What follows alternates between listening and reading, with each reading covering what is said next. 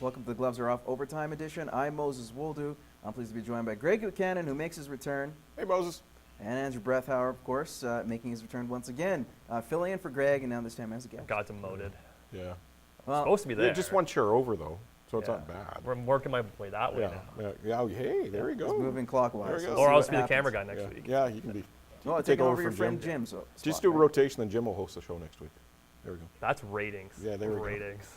We'll see what happens. I don't like that idea because I'd be out of a job, and I actually like getting paid. But we'll talk about golf, and I want to talk about the Open Championship. We missed this unfortunately on the show, but Tiger Woods making his return this Thursday. Do you guys see him coming back? I know the issue is his back, but do you see him even finishing within, say, the top 20 at all? I know everybody in golf is just like, oh, I wish, and don't trust me, people in golf, they want him to be around for Championship Sunday because the ratings when he's not there is here, and the ratings when he's there is way up here. Willy, no. I think we've seen the best of Tiger Woods a few years ago, and he won't be at that elite level ever again. I do want to show you, or at least give you some stats. The last 9 majors, he's 31 over, rounds below par, 9 of the 34. Closest entering the final round, 2 back of the 2013 Open Championship. So the Open isn't too bad. It seems like it's in his wheelhouse. Do you think that he can actually have a resurgent type of year, or maybe even come close to this major? The Open's probably the worst tournament to come back to. The course, the way those are designed. Like if you're gonna have a course you want to try and start on, like you don't be playing links golf to start your season. But I don't see him coming back to be that dominant player again. We've seen, granted it's golf and anyone can any week can win. But do I see Tiger being that fantasy lock that you're going to pick him for your first place? Maybe top 20 he could squeak in, but I think he'll make the cut. He'll get to that maybe Sunday, but I think he's going to be the irrelevant kind of the first pairing, second pairing kind of guys, and then see you later. It's like when Gretzky went to New York. He was not Gretzky anymore. He was on the tail end of his career, and I think that's where Woods is right now, and we got to appreciate that he'll never be. We always want him to be as great as he was. Flashes of brilliance, might not see it all the time. But Senior tour golf is But I will so say much this better. about one player. I'll say this one player in the NBA who's still in the prime of his career and quite surprising. He went back to Cleveland, talking about LeBron James. Do you see this as a move? We know it's going to be beneficial for the Cavaliers, but is this even beneficial to the NBA? Wow, when that broke, that's all that you saw that day.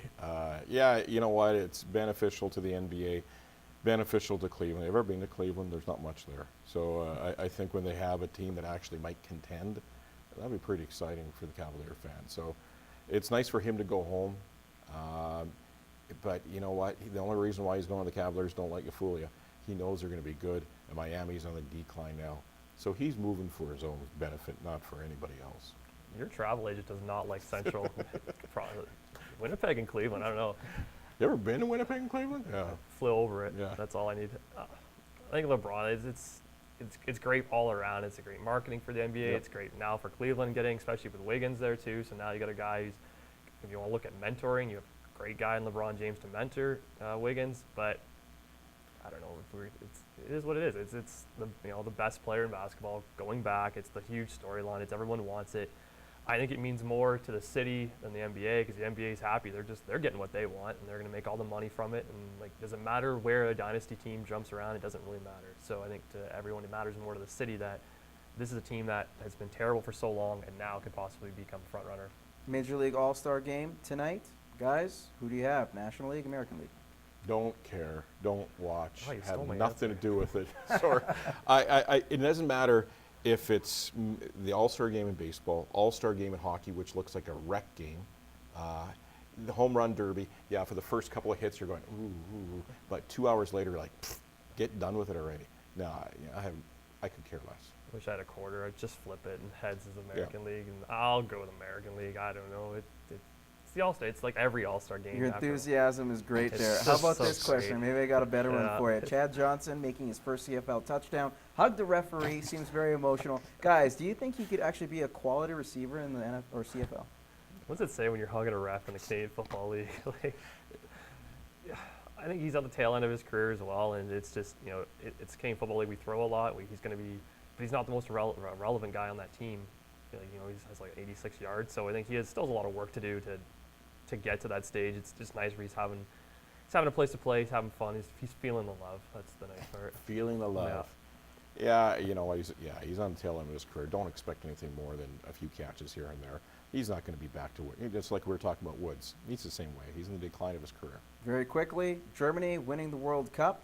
Not only that, but this is a team on the rise. 2006, they were semifinalists, lost out to Spain in 2008. Another runner-up spot, of course, in 2012 in the Euros. 2010, finished in third place. Now they win it. Is this a dynasty in the making in world soccer? Well, it's very painful for Brazil, I'll tell you that. Yeah, very likely. They've been kind of knocking on the door prior to this, and now they've been dominant. So, yeah, they're the superpower in soccer. Do you like to see that the sum is greater than the parts? Yeah, I like to see that it's not just a superstar. Like we talk about Messi all the time, and Messi was Argentina, but this is a team that you didn't know anybody's name unless you watched the game religiously, and they won. They built from within it. They're like the LA Kings of world soccer. If we all look at that, they built their players up, and this is a team that's all come together. And I think this is going to be the dynasty, and I love the fact I'm cheering for Germany all the time now. All right, well, guys, thank you so much for being on the show. Greg, as always, Andrew, Thanks. as well. We thank you for joining us on the Overtime Edition here on our Facebook page. You can tune in every Tuesday night, CITL, to watch us on the show, and then come back here to see us blab some more on our page. In the meantime, we'll see you in 7 days.